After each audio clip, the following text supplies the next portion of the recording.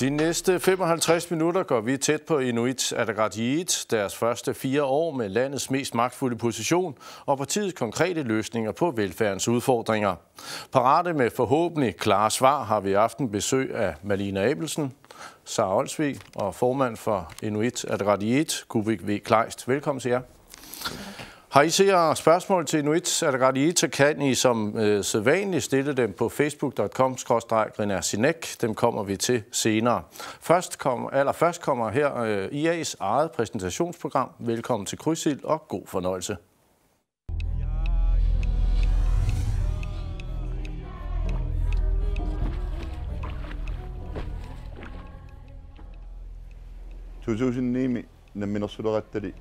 Inatsartunuqinigaafik siulleq massakkut qaangiuppo ukiut sisamaqaangiuttut siunissamut piareersarluta ulapaarsimaqaagut inuiaqatigiittut aningaarsiornik siunissarput piareersaaffingisimaarput аллангуинерит аннертуут инатситигут пиареерсаасиорсимавагут аллориарниссатсиннуллу пиареерпугут соонами акорнатсинни налорнисоқарсинаанера аамалу ернумасоқарсинаанера паасиллуарсинаавара кисианни налунангит унааво сулиффиссанну таан пилерситсариақарпугут анingаарсиорниккуллу аллориаққиттариақарпугут калаалли нуяанну киттуйуппут унаммиллингассагуллу сулеқатигииллута qaangersinnaavak накатаатингуллу оқааннассуунга ипуги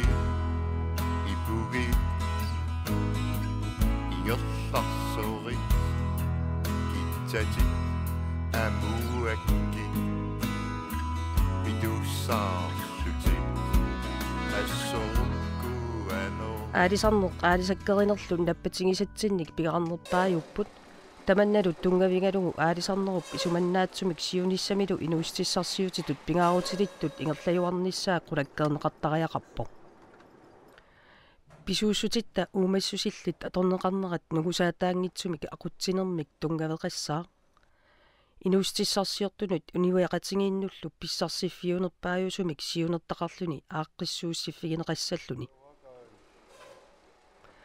таамааттумик аалисарнермик аалисаккеринермиллу инуустеқарнеруп укиоккааяллаллугу ингерланеқарниссаа агуниарнеқартариақарпоқ ассиингиситаарнерусумик тунисассиорниккут иммитсиннут пилерсорнеруниккут аалисаккеривинни сулиааққиисарнеруп аннертусарнератингут кисалу аалисарнермик тунисассиорнермилу атортутингут нутартериниккут сиуннерфик таммарлу агуаққулати Puusit amiisa ukiorpassuangortuni nunata avataani annikilliartuinnartumik tunisaanerat allangorsinniarlugu sulinniutaqartuarnerput neriunarluartunik kiguneqalerpoq qangaanit tuniniaviusartut pisumayunnarnerisa kingorna nunarsualla kangiani tunisuffiusinnaasut ammaanneqariartulerput neriuppugullu ukiun tullerni puusit amiiqangatut tunisaallualerumaartut piniartut aningaasarsiornerannut таперtaasinnaaqqillerlutik фанниарнерми аватаани татинеқарнерпут коиннаапико сулеқатингалугу саккортуумик иллуатунгилерпарпут инуит исситтормиут суиннерсуисеқатингиивинник таперсернеқарлута нерисассаатитсинник атуинеруйарторнеқ калаалимингерлу аннертуумик соқутингинеқалериарторнерат нагиттумик таперсерсуссаварпут нуналеринеқ уумасуутақарнерлу пиллуут нутартеринерит ингерллеққиннеқассаппут таманналу нуналеринер пиллу исумалиоқатигииситанит пилерсинеқараарсумит нааммассинеқассаақ уумасуник тоқуаавеқарнеқ нутартериффигаарпут илаатигут тунисассиат сулиааққиннеқарторнерат қаффассарниарлуу налеқарнерусуниллу тунисассиорсинаанеқ аққутиссиуккумаллу аатитассарсиорниккут сулиффиссаник нутааник пилерситсиорторнеқ инуяқатингииллу карсиинут анингаасаник наккаатитсилерниссақ ааллартинеқартариақарпо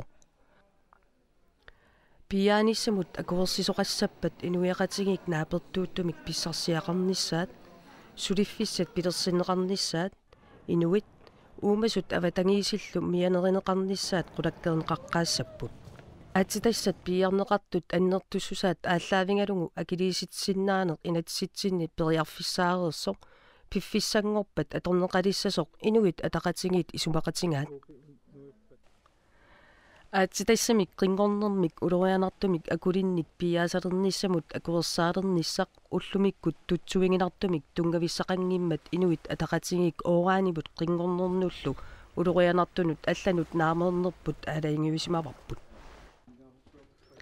аатситассарсиорнэрми аллатулли сулиффиссуақарниккут сулиффиссани пилерсиннеқартуссани сулилерсиннаанермут пиуккуннарсаанеқ нагиннеқассаақ илинниартитаанериллу тамаккунунга тунгасут аннерусумик уссассаарутинганеқартариақалерпут меэққат атуарфиат малуннаатилиммик питсангорсаавиэққиттариақарпоқ меэққат сиуннерсорнеқарниккут питсаанерусумин теқорфиинеқартариақарпут илинниаққинниссамуллу ангусат qaffsinnerusariaqarlutik majorkussarfarisso sukaqqinari qaffamikkaavitilleqalersinneqarpunati inuit ataqatingiit inuiaqatingiinnik kikku tamarmik nalingiimmik ilinniaqarnissamut periarfissaqarnissaat sulissutigisavaat таамааммат илинниартитаанерми аттавеқаатит ассигингитсут малуннаатилиммик инериартортинеқассаппут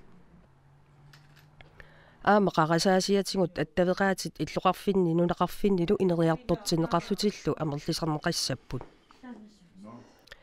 меэртатта инуусуттатталу меэраанерминниит питсаанерпаамик перорсарнеқарниссаат пингитсууиннагу қуларнаартариақарпарпут меэққат намминерсорлутик алапернаатсууллутиллу инуиақатингииннуллу сунниутеқақатаарусуссусеқарлутик илинниаақарниссаминнуллу сапииссусеқарлутик перориарторниссааннут нунатсинни илинниарфиит атуарфииллу саккуссаник тунниуссиссаппут ипути опима лисима лаппата илати каюмикки инуатақати исуммақарпут агалланниккут аттавеқаатитигуллу периусеқ тамаккиисумик налилерсугиниккут исуманнаатсумик сулиассаниллу илисимасақассусеқ ааллаавигалуу ааққиссуунеқартариақарту сулиниутит аалаингерсимасут аалларнесарнеқарниссааннут тунгавиусиннаасуник массаккут писариақартинеқартун мииссуэққиссаартоқарсимангилеқ таамааммат аалиангисоқассаппат мииссуэққиссаарнери тамакку утаққимаарнеқартариақарпут қилерсинеруллу кигорна наалаккерсуусооқатигилерниссами исумақатигиинниарнернут илангуннеқартариақарлутик сиуннерфик таммарлу агуаққулати иёрсааннари ангерларсимаффик тоққиссиманартоқ тассаавер таматта инуттут ингерлаллуарниссатсиннут ааллаавиусо иниссианик аттартортакканик санаатторнеқ аннертусаавагинеқассаақ таматумани нунақависсут сулиффиутаат пеқатаатиннеқассаппут иллорпут 2100 исорлиунерусуни нунақарфиннилу иллулиоқатеқарниккут санаатторнеқассаппут қулаккииссаварпуллу нунақарфинни нутааник иллулиортитсинеруп ингерлаюарниссаа иниссианик асерфаллатсаалиинеқ тутартеринерлу ингерланнеқассаппут иниссианик санаатторнер коммунит акисуссааффигилертариақарпаат нунатсинни агерларсимаффеқангитсутут инисситтарнеқ qaangerneqassaaq инуусуттунут иммиккут налеққуттуник иниссиалиортитсисоқассаақ иниссиат утоққарнут иннарлуутилиннуллу туллуарсаккат амерлисарнеқассаппут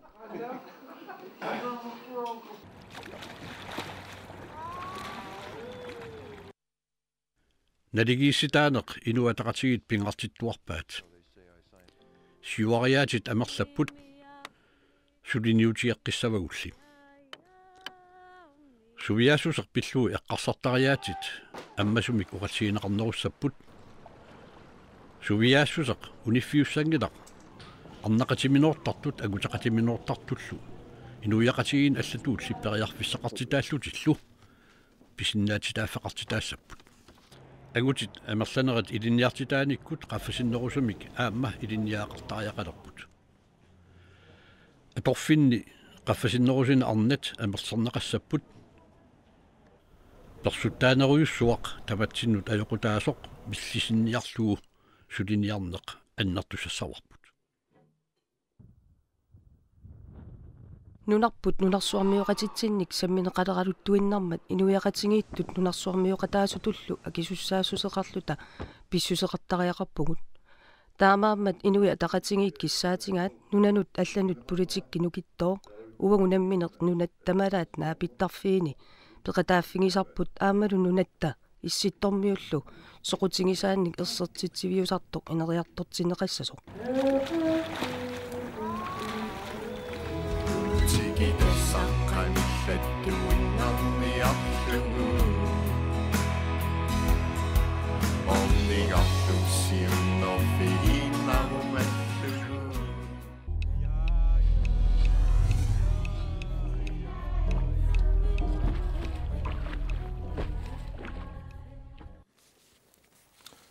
Velkommen tilbage til jer seere, og velkommen tilbage til jer.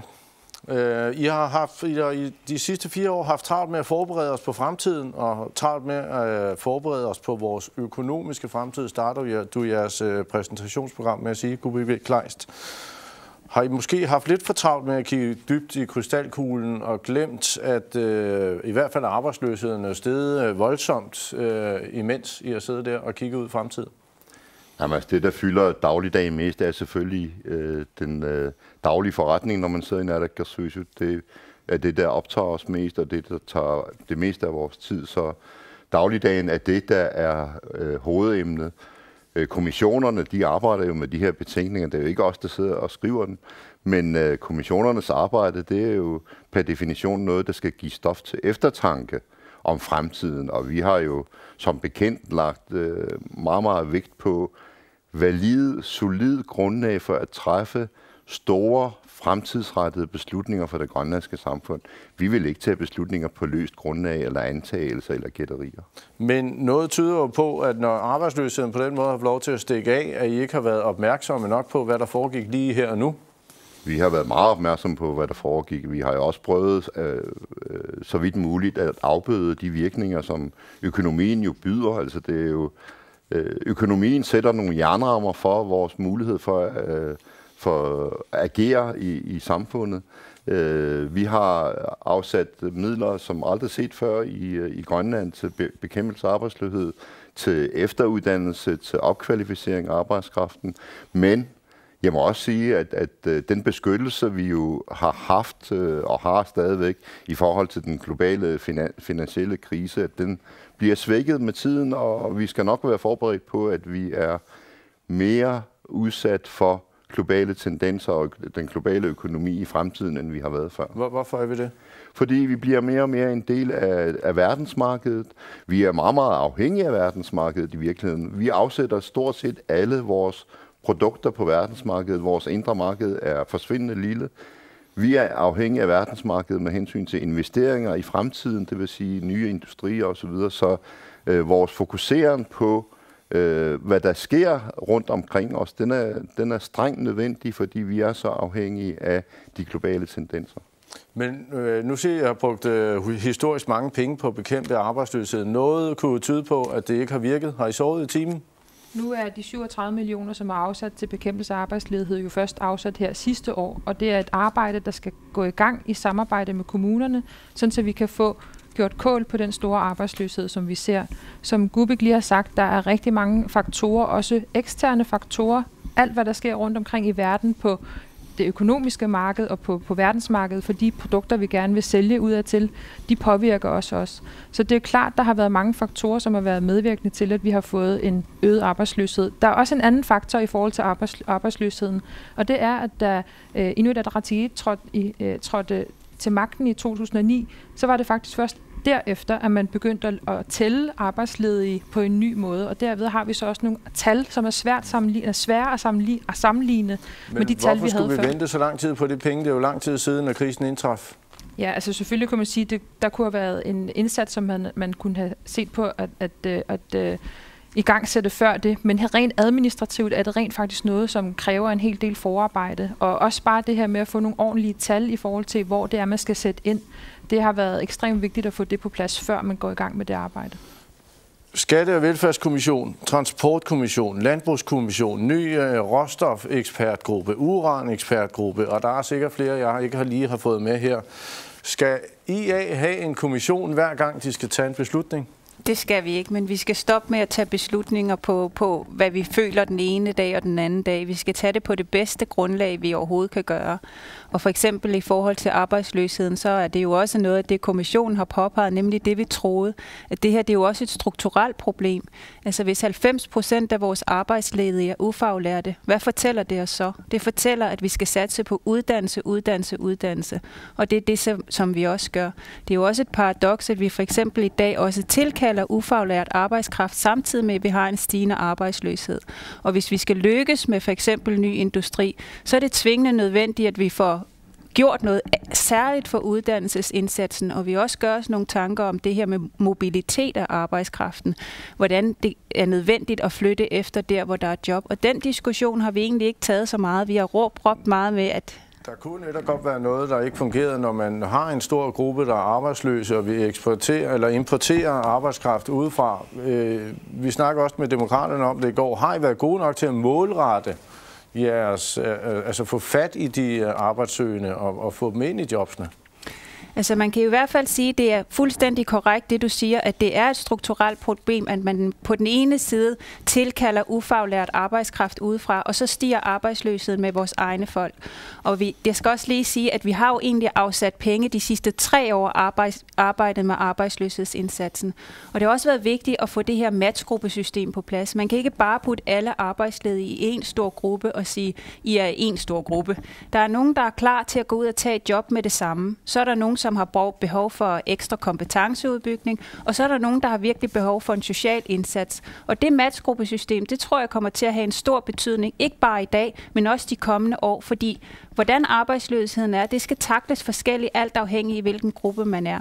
Men der kunne være noget, der tyder på, at man ikke har været god nok til at komme ud og få fat i de arbejdsløse, hvis jobsene er der. Det er rigtigt, og jeg tror, vi kan gøre en meget større indsats, og jeg tror, at den indsats skal gøres sammen med kommunerne, og det er vi jo gået i gang med. Og det har jo også vist sig, at i en kommune som Gujarat, der lykkes det at arbejde tæt sammen med kommunerne, og så får man resultater.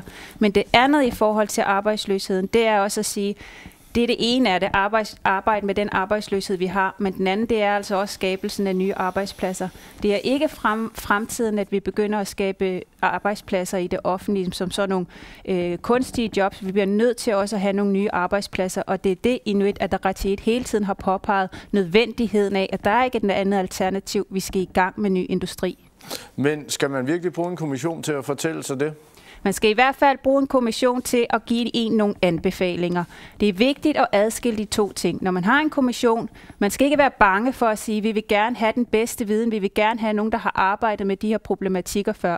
Når det så kommer til de politiske beslutninger, så er det os politikerne, der tager dem. Det er også derfor, at vores 2025-plan ikke ligner Skatte- og Velfærdskommissionens anbefalinger identisk. Vi har taget nogle andre politiske prioriteter ind i vores 2025-plan. Men lad os sige det ærligt, det er ikke nogen skam at bede om den allerbedste viden og få input til sin politik. Det synes jeg tværtimod er meget fornuftigt. Jeg forstår godt argumentet med et godt grundlag, men det virker udefra som om, at hver gang vi skal et eller andet, så skal vi lige have nedsat en kommission. Hvor bygger IA sin primære politik nu på kommissioner, Gubi Kleist? Det gør IA ikke, men vi gør det i forhold til områder, hvor vi mener, at det brede politiske flertal skal have en rolle at spille. Og det gør vi for at dykke til bunds i en lang række sager, som ikke er blevet analyseret grundigt nok igennem vores egen historie. Det er jo det, der også har gjort forskellen efter 2009. Jeg vil våge at påstå, at de beslutninger, der bliver taget og er blevet taget over igennem den sidste valgperiode, de er langt mere valide end nogensinde før. Men de allerfleste beslutninger, vi tager, den tager vi jo udenom kommissionerne, skulle jeg hilse at sige. Alt det arbejde, som ligger i Inatsisartut, hvor vi lægger beslutningsforslag op, det er jo ikke bundet op på kommissionsarbejde. Måske burde mere have været hægtet op på mere validt grundlag, men noget af det, som jeg synes, vi mangler, det er, at Grønlands statistiske grundlag, uanset vores lidensstørrelse befolkningsmæssigt, det er, at vi har meget, meget store mangler stadigvæk i for eksempel talmateriale omkring den virkelige virkelighed, for nu at sige det på den måde. Ja, reelt kan vi vel døbe de sidste 4 år som kommissionernes år. Hvad er de andre reelle politiske resultater, som IA kan gå rundt og kan gå ud og fremvise?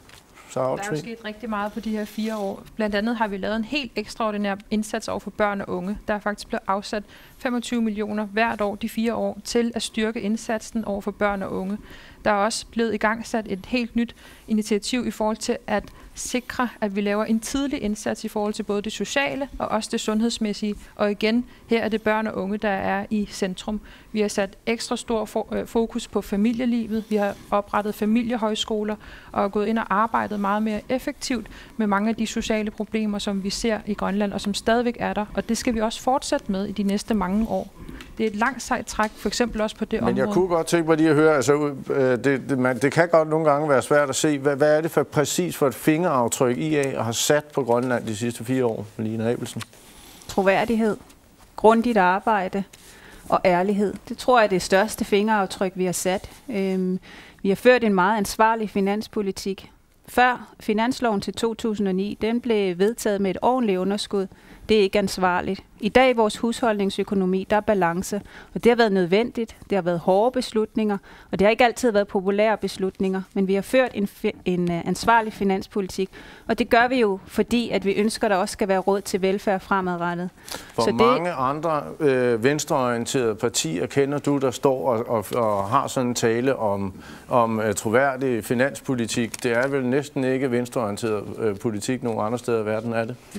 Nej, det ved jeg ikke. Altså, det er jo heller ikke nogen skam at låne fra andre og være ansvarlig i forhold til finanspolitikken, men kigger man til andre lande, så må man jo i hvert fald sige, at vi har undgået at havne i en situation, vi kunne have havnet i, hvis vi var fortsat af det spor, som var lagt i 2009. Og det er jeg faktisk svært tilfreds med.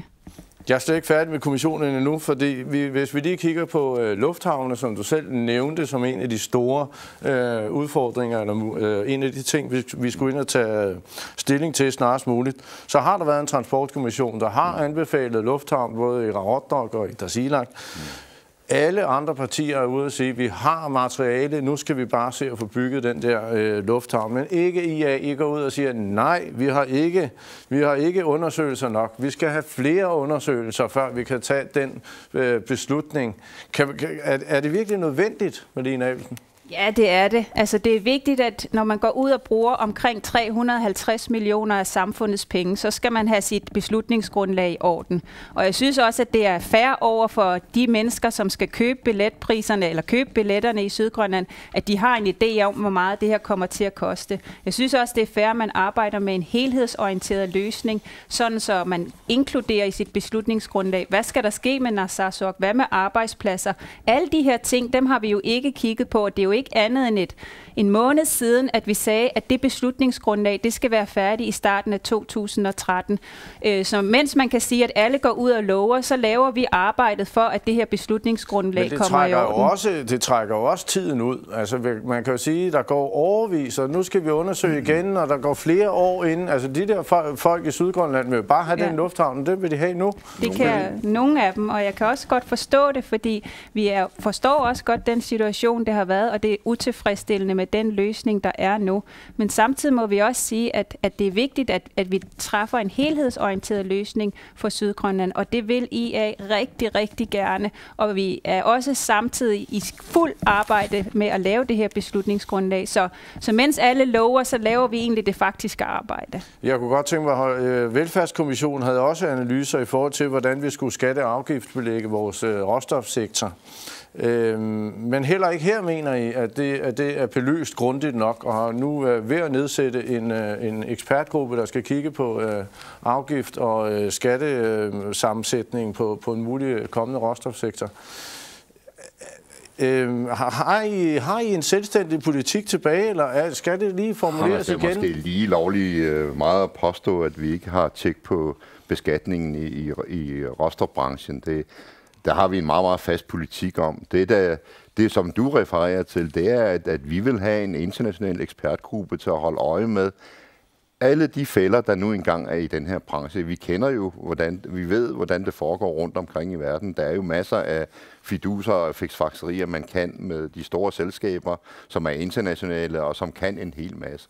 Nu har vi jo så den gode side ved den store opmærksomhed internationalt på de fælder, der måtte være i råstofbranchen.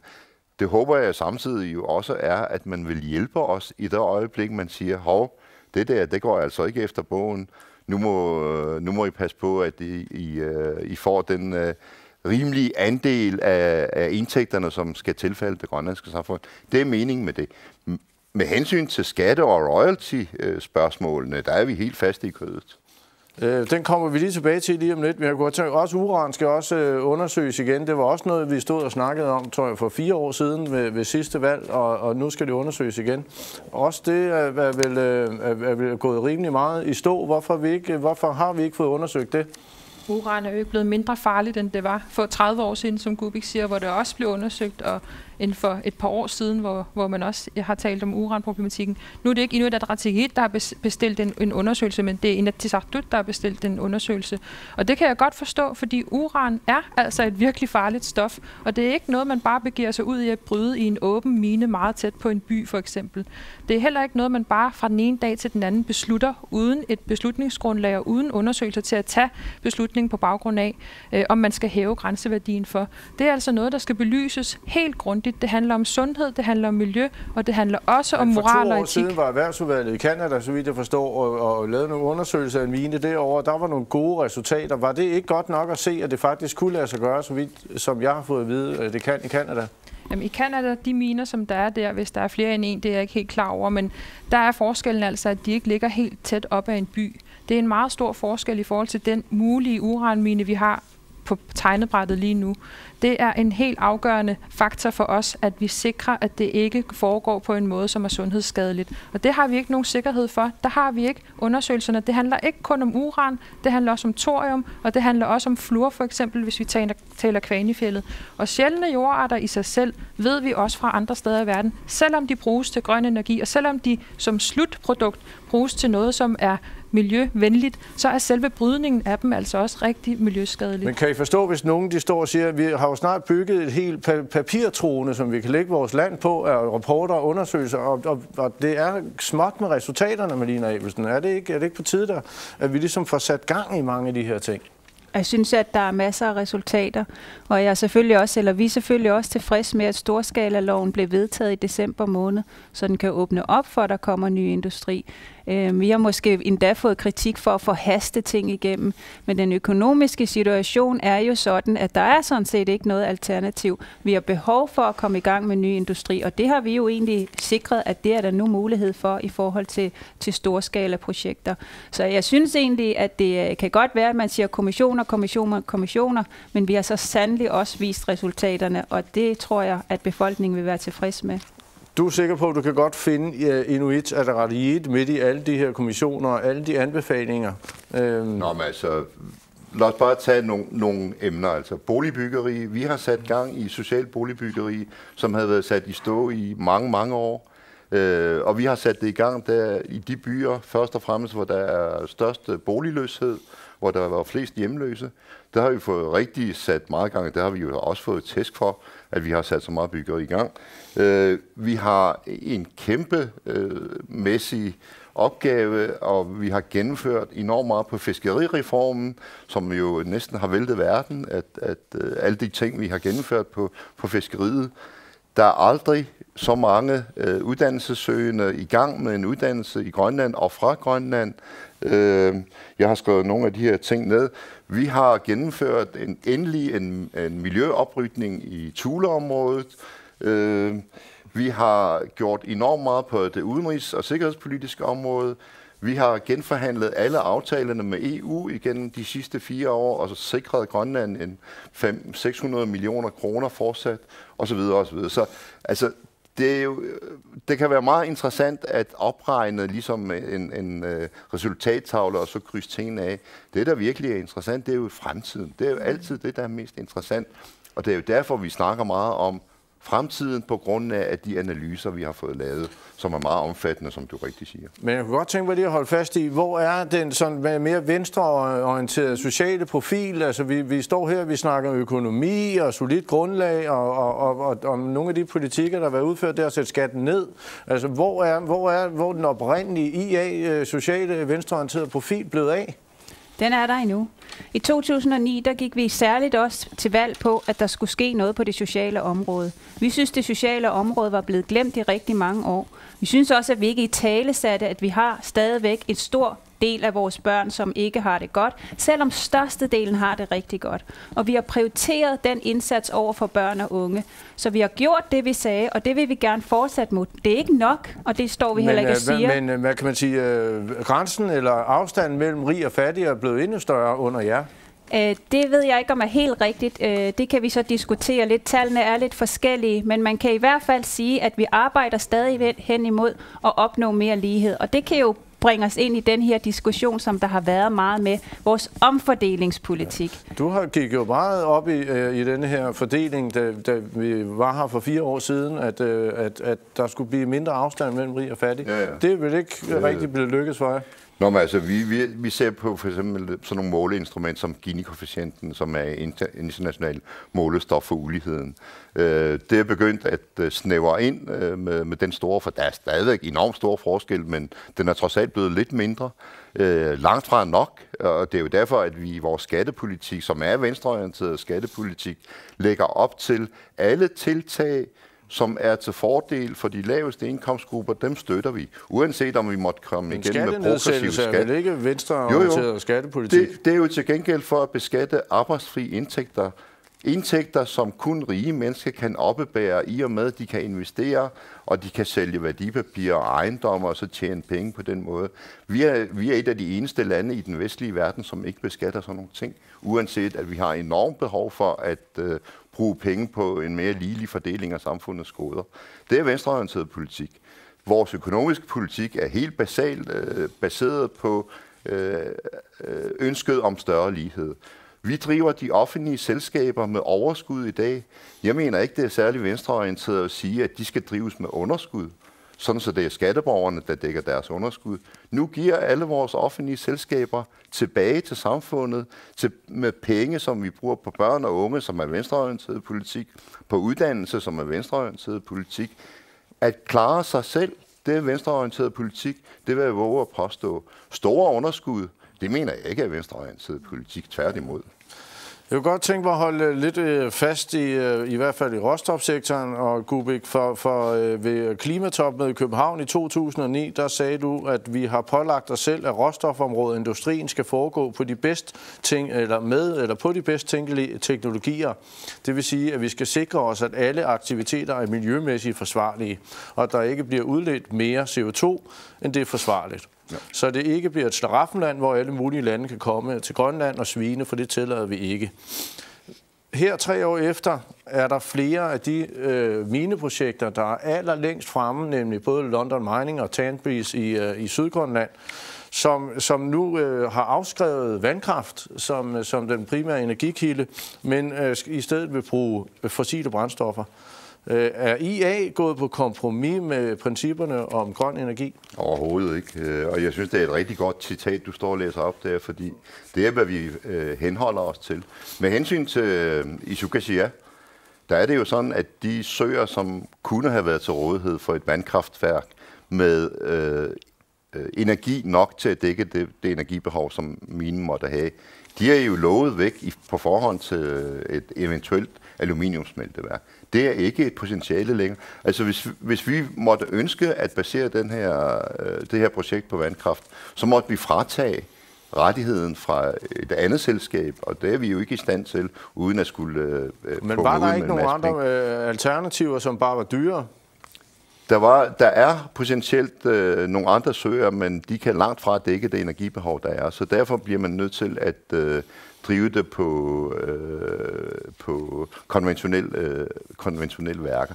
Men det, der står fast, og det, der er væsentligt, det er jo, at vi har en lovgivning i det her land, omkring også på råstofområdet, som stiller nogle meget faste krav om maksimum udledning af alle mulige slags stoffer. Og det vil sige, at vi har en lovgivning, der skal overholdes, og når et selskab kommer med sin ansøgning, så kigger vi på, har de overholdt de lovgivningsmæssige krav, vi har i Grønland, om udledning af ditten og datten. Hvis ikke de har det, så er det ansøgningen tilbage i ansigtet og sige, det duer ikke. Hvis ikke I har opfyldt det, så betyder det ikke for en licens. Så tilladelsen til at bruge fossile brændstoffer er ikke, fordi den økonomiske virkelighed har overhalet de miljømæssige, hvad kan man sige, forhåbninger, idealer indenom? Sarvesvig? Nej, det er det ikke. Altså, vi bliver jo nødt til at sikre os hele tiden, at vi går efter de mest miljørigtige løsninger. Og på nuværende tidspunkt, som det ser ud med de 2 potentielle miner, så er der ikke det vandkraftpotentiale ved Isukasia, som Gubik siger, på grund af, at man har lovet de her søområder og de her søer ud til et andet projekt. Og det synes jeg faktisk er noget, vi bør se tilbage på og lære af. Det var ikke nogen god beslutning, man tog dengang før 2009, før vi trådte til at love søer ud og love vandkraftpotentiale ud til et andet selskab, når man ikke vidste, hvad der samlet set skulle bruges i det område, og hvad det skulle bruges til. Det er faktisk her, hvor jeg synes, vi kan se et rigtig godt eksempel på, hvor meget det betyder, at man undersøger tingene rigtig grundigt og ser på det i en helhed. Det er fint. Jeg kunne godt tænke mig lige at springe lidt hurtigt til de her royalties, som har været et af valgkampens store temaer. Er I enige i, at Siumut under deres og I under jeres regeringstid har indgået aftaler, der forpligter mineselskaberne kun til at betale selskabsskat og ikke royalties? Er det rigtigt forstået, Marlene Abelsen? Det er i hvert fald rigtigt forstået, at man kan ikke putte royalties bare sådan lige ind for efterforskningstilladelsen. Man kan godt arbejde med skattelovgivningen. Men er I enige om i Råstofdirektoratets udlægning i, at de aftaler, der er underskrevet nu, varer i 30 år fra udvindingen starter? Det vil sige, at vi har en selskabsskat, det er skrevet under på, det har I og den tidligere regering skrevet under på, det er sådan, det er. Vi har jo, det er jo begrænset, hvad vi har givet af nye licenser i forhold til, hvad der er blevet givet før 2009. Man bliver også nødt til at sige, at den proces, som man er igennem, hvis man er et selskab, som vil udvinde råstof eller mineraler i Grønland, der er en forundersøgelsesperiode, som er den lette, så at sige, rent økonomisk. Så kommer der en efterforskningsperiode, som det hedder, og så eventuelt en udvindingsperiode. Og vores system er jo skruet sådan sammen, at når man søger om en efterforskningstilladelse, så får man sat betingelserne for også i en udvindingsperiode, fordi efterforskningsperiode som regel er den, der er meget, meget dyr at gennemføre. Så selskaberne naturligvis vil vide, hvis nu vi søger om at udvinde de her mineraler, som vi mener, vi har fundet, så vil vi gerne have at vide, hvad er det for nogle betingelser, vi kommer til at operere under i en udvindingsperiode. Og det vil sige, allerede på det tidspunkt, hvor man giver en licens til efterforskning, så er betingelserne lagt. Og jeg synes ikke, man skal kimse af, at man kræver skat både af arbejde og selskabsskat, og også i sidste ende overskud, en overskudsdeling, som er government take. Fordi når I siger, at I også vil indføre en royalty, så er det først efter en kontrakt på 30 år, eller hvis der kommer nye selskaber til landet nu her? Ja, det er rigtigt. Og det vi er enige om hele vejen over, havde nær sig alle partier, det er, at vi tager debatten om en ny råstofstrategi i 2014. Det er jo sådan, at vores politik i Grønland har i mange år været det, at vi lægger en strategi for vores råstofområde med 5 til 10 års intervaller, sådan som man ved, sådan som vi ved, og selskaberne ved, hvad er det, der kommer til at gælde de næste 5-10 år. Og næste pejlepunkt er 2014, hvor vi får alle de her ting op på bordet igen. Så skal vi blive enige om en ny strategi, forhåbentlig alle sammen. Det plejer jo at være. Det var først, da IA kom til magten, at der var nogen, der ændrede synspunkt på det her. Det er rigtigt. Altså, dit spørgsmål er stillet rigtigt. Ja, sådan er det. Okay, så hvorfor er royalty så også havnet i jeres præsentationsvideo, hvis det er i virkeligheden en afgift, der først er relevant så langt ud i fremtiden? Det er fordi royalty eller ikke royalty, det er en politisk og strategisk beslutning. Vi har også sagt meget klart, at for eksempel offshore olie, det skal der royalty på. Hvis vi begynder at bryde rubinæret, der søger til så skal der også royalty på det. Så det er noget, der omhandler at være strategisk, og så er det en politisk beslutning, hvorvidt man vil bruge det eller ej. Det står i loven, at det kan bruges. Så det er det, vi siger. på Isugasier, hvis vi skal bryde jernmalm, så skal der ikke royalties på. Det kan ikke betale sig i det lange løb. Det viser alle studier. Men det kan jo så heller ikke lade sig gøre, i hvert fald de første 30 år. Nej. Fint, men det er godt med skatten, fordi vi tjener penge fra dag 1, som der er nogen, der har været ude og promovere sig selv på. Fordi det er jo skatten, der sikrer os penge, uanset om der bliver udvundet et eneste gram. Vi stopper den der. Et andet sted, hvor jeg har lidt svært ved at se sammenhængen mellem IA og den, hvad kan man sige, den venstreorienterede profil af i storskala-loven, er i forhold til lønningerne til de kinesiske arbejdere. Det har jo skabt en eksplosion i venstrefløjen i resten af Norden, at vi har lavet det, som de kalder social dumping eller løndumping, alt efter definitionen. Er I ikke gået på kompromis med jeres ideologi og sociale principper, Marlene Ebbesen? Nej, det synes jeg ikke. Jeg synes, at det er vigtigt at holde fast i, at vi har sikret en lov, hvor der er en minimumsløn. Der er jo faktisk lande, hvor vi ser, at der ikke er minimumsløn. Vi har nu en lov med storskala, som har en minimumsløn, som er på niveau med SIK's mindsteløn. Men så kan der jo trækkes alle mulige fra, så vi i virkeligheden kommer ned måske på 40 kroner i timen. Jamen, det er vel ikke en social profil, der hænger sammen med venstrefløjen, er det? Det er en meget social profil at lave en mindsteløn. Og det er også en meget social profil at forestille sig, at selvfølgelig bliver der trukket nogle ting fra, hvis man bliver trukket i husleje og mad. Det gør der også for den enkelte SIK-medarbejder på gaden. Men de har feriepenge og pension. Det er rigtigt. Der er nogle ting der, som er anderledes, og vi må jo også erkende, at vi er i en situation, hvor vi skal konkurrere med resten af verden, og man må egentlig sige, at vores lønniveau ligger meget, meget højt, og det er også vigtigt for os at sige, at det er vores klare opfattelse, at det her ikke strider med nogen ILO-konventioner. Det har der jo været en del diskussioner om. Men det er vel stadigvæk så et kompromis med hvad kan man sige, en IA-tankegang, er det ikke? Jeg tror, at alting inden for politik er et kompromis, men det har været meget, meget vigtigt for os at holde fast i, at der er nogle ordentlige arbejdsvilkår for den arbejdskraft, som kommer udefra. Og det oplever vi, at der er i storskala-loven. 40 kroner i timen, er det ordentlige arbejdsvilkår? Jeg synes, det er vigtigt at slå fast her, at den debat, som foregår for eksempel i Danmark, den tager slet ikke udgangspunkt i selve mindstelønnen. Den tager udgangspunkt i forhandlingsretten for arbejdstager- og arbejdsgiverorganisationerne. Det er der, humlen ligger, og det er der, hvor vi siger, jamen vi har ikke afskåret. Jeg vil godt holde fast i, den for eksempel løn og de vilkår, vi på den måde giver de her arbejdere, der kommer til landet. Vil du selv arbejde for 40 kroner i timen? Jeg vil lade det være op til arbejdsgiver- og arbejdstagerorganisationer at forhandle en løn, som er acceptabel. Nu har vi sat mindstekravene for, hvor lav den løn må være, og så er det op til arbejdstager- og arbejdsgiverorganisationer at forhandle det. Og det er det helt centrale, og det er her, den socialistiske politik kommer ind. Det er, at vi sikrer, at arbejdstager- og arbejdsgiverorganisationerne har en forhandlingsret og har en konfliktret. Og det har vi sikret med storskala-loven. Men gør det ikke indtryk, Kubi Kleist, når hele venstrefløjen, alle jeres søstre- og broderpartier i hele Norden farer i flint over det her? Selvfølgelig gør det indtryk, men jeg mener også, at man skal sætte sig ordentligt ind i tingene, hvis man skal have en sober diskussion af tingene. Jeg er temmelig stolt af, og jeg tror også, at det kommer til at danne forbillede, at vi som et af de eneste lande i verden beskytter udefra kommende arbejdskraft lovgivningsmæssigt med en mindsteløn, som man ikke kan krybe ind under. Det er jo fantastisk. Altså, jeg har sagt til den danske regering, jeg tror, det er en god idé, hvis I begynder at tænke i de her baner, fordi vi hører jo næsten daglig historie i Danmark om social dumping. I går var der en historie om et ministerium, der havde fået lavet noget byggeri til en timeløn på 30 kroner, og det er endda i Danmark. Ikke? Så jeg vil råde andre til at prøve at kigge på det grønlandske eksempel og se dels en lovgivningsmæssigt beskyttet mindsteløn og indarbejde i lovgivningen, der internationale konventioner til beskyttelse af international arbejdskraft, de skal overholdes. Og det står jo indskrevet i vores lov, at de her internationale konventioner, de skal overholdes. Det vil sige, at hvis vi på et tidspunkt kommer i vejr med, eller finder ud af, eller nogle andre finder ud af, at på det her punkt, der overholder I altså ikke den og den konvention, så står der i loven, at vi skal gøre det. Så vil det betyde, at vi skal indrette os efter det.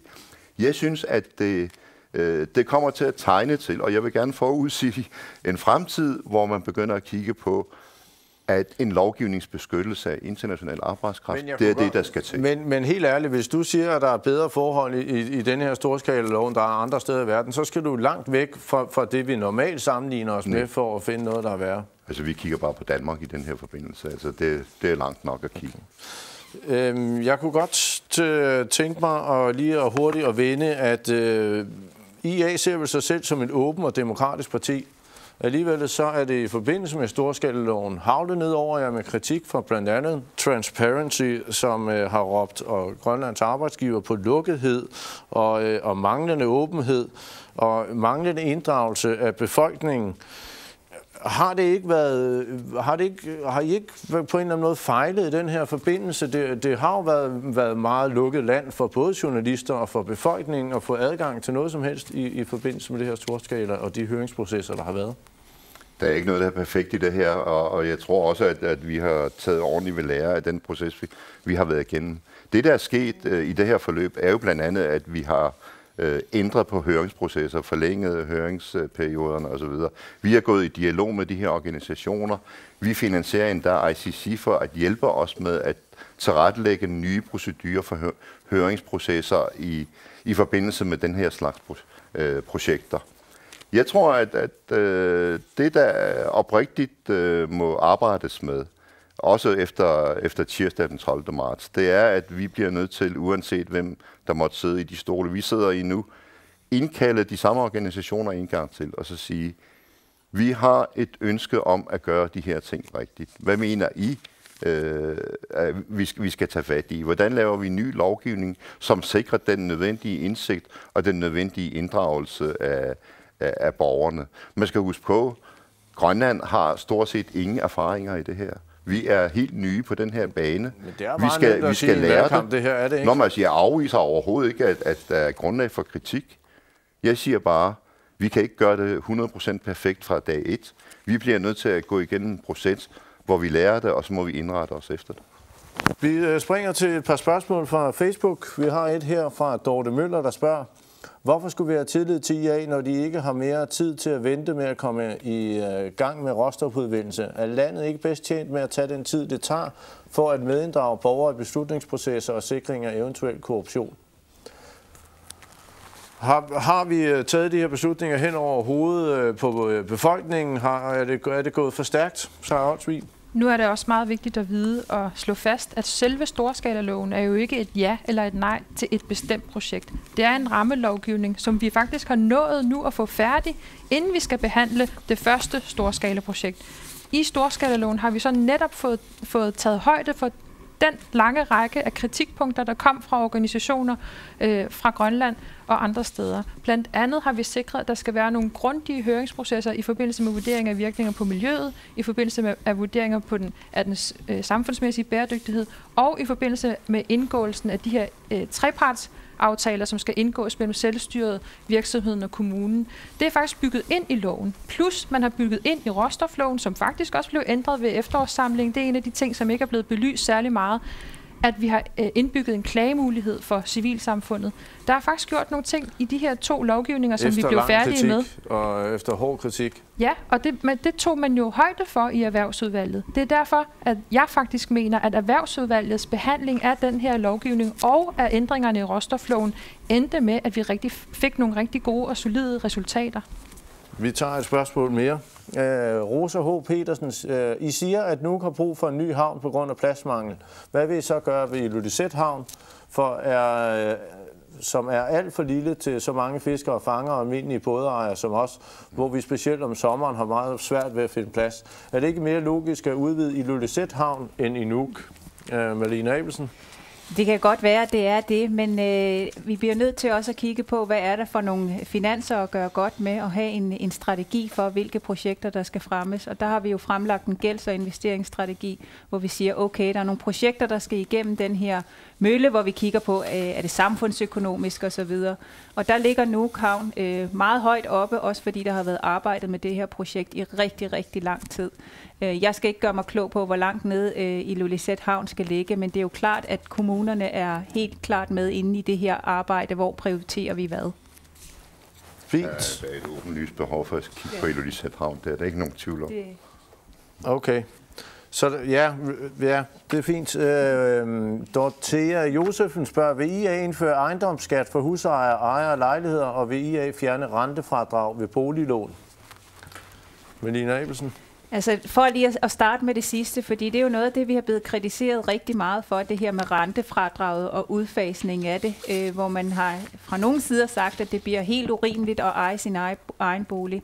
Det er ikke Inuit Ataqatigiits politik. Vi vil meget gerne have folk, de skal eje deres egen bolig. Det vi har foreslået i 2025-planen, det er en gradvis udfasning af det frie rentefradrag. Og det er jo fordi et rentefradrag, det er et tilskud, og vi er ikke så glade for skjulte tilskud. Vi vil hellere give tilskud til dem, som har behov for det. Så derfor, når man udfaser rentefradraget, som jo både kan være gæld til snescooter og mobiltelefoner og hvad ved jeg, så er det et tilskud, som du er med til at give mig, hvis jeg har en dyr snescooter.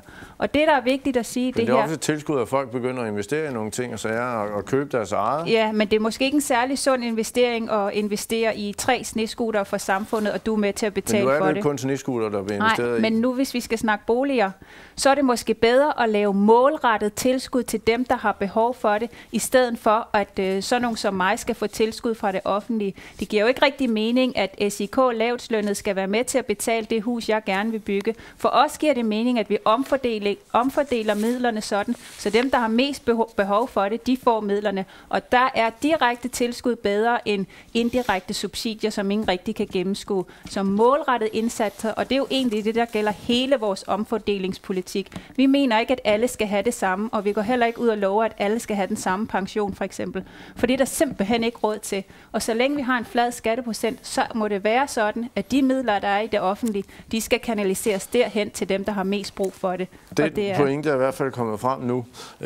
Jeg kunne godt tænke mig lige at springe tilbage til noget, som jeg også har snakket med alle de andre partier om, nemlig Skatte- og Velfærdskommissionens konklusion på, at vi står og mangler 1 milliard i de kommende år. Det er jo vand på jeres mølle, det har I sagt mange gange før, men nu har de andre fået lov til at svare på det. Hvor skal vi helt konkret finde den der lille milliard, som skyldes, at vi bliver ældre og ældre, og bloktilskud er fastfrosset? Melina Abelsen. Der er 2 ting i det her. Der er 2 tiltag, der skal til. 2 søjler. Der er for det første den nye industri, som mange snakker meget om, som den her redningsplanke. Det er helt givet, at vi skal have ny industri, og vi skal have nye arbejdspladser. Men det i sig selv, det løser ikke de strukturelle problemer. Det er derfor, vi snakker om det her vanskelige ord, reformer. Hvad er det egentlig for noget? Reformerne peger på, at det kan betyde, som du også har spurgt i de andre udsendelser, skal folk arbejde længere på arbejdsmarkedet? Ja, sådan en som mig får nok ikke lov til at stikke af, når jeg er 65. Det bliver nødvendigt, at vi arbejder noget længere. Det bliver nødvendigt, at vi får en mere uddannet befolkning, så vi ikke skal have så meget arbejdskraft udefra. Hvordan kunne vi konkret gøre det? Jamen, der er jo de her forskellige områder, man kan arbejde med. Der er pensionsreform, og så er der den sociale reform. Lad os tage pensionsreformen som et eksempel. Det blev også nævnt i går. I dag så er det sådan, at man beskatter pensioner, når de bliver udbetalt. Det vil sige, at når der er mange pensionister, de rejser for eksempel til Danmark, fordi de har været heroppe og arbejde, så tilfalder beskatningen den danske stat. En anden ting, man kunne gøre, som man også har gjort på Færøerne, det er i hvert fald et eksempel på noget, vi bør undersøge meget kraftigt, det er at beskatte, når man indbetaler sin pension, sådan så beskatning falder ned i kassen her. Det andet er at lave en fleksibel tilbagetrækningsalder, det vil sige, at jo ældre vi bliver, jo mere bliver vi på arbejdsmarkedet. Det er måske ikke gældende for dem, der er 66 i dag, det er måske for sådan nogen som mig og Sara, og måske Gubik. Jeg bliver nødt til at stoppe jer der, fordi vi når næsten ikke mere, men vi når lige her på falderæbet og lige at snakke lidt om en konstellation, hvis I bliver største parti. Nu har der været flytteri fra Siumut de kommende de sidste par dage. Kunne man forestille sig et samarbejde mellem IA og Siumut, Gubik Kleist?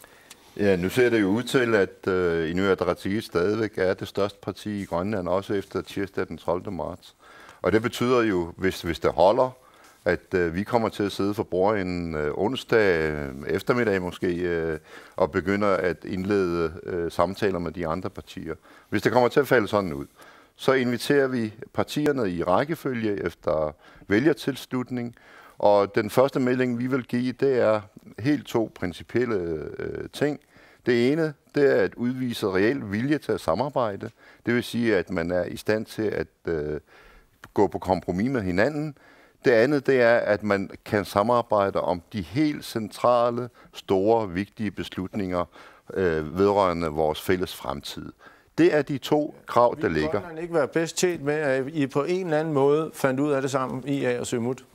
Det er ikke per automatik. Det kommer da sandelig an på, hvilken politik vi fører.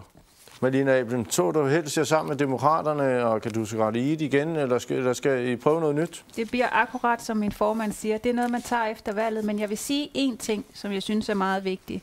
Dem, man skal samarbejde med, de skal anerkende den virkelighed, vi er i. De skal anerkende, at den million, den mangler fremadrettet. Man skal det skal anerkendes. Ja, jeg er enig. Og der vil jeg også sige, at der kommer det også rigtig meget an på, om man kan sammen.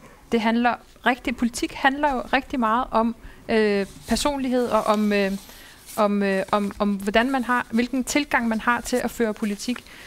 Det, som vi har gjort de seneste 4 år... Desværre sidste ord. Tak fordi I kom. Og tak fordi I ser og kiggede med. Næste gang valg er tilbage på tv. Det bliver på lørdag, hvor vi sender det store vælgermøde med publikum fra Minihallen her i Nuuk.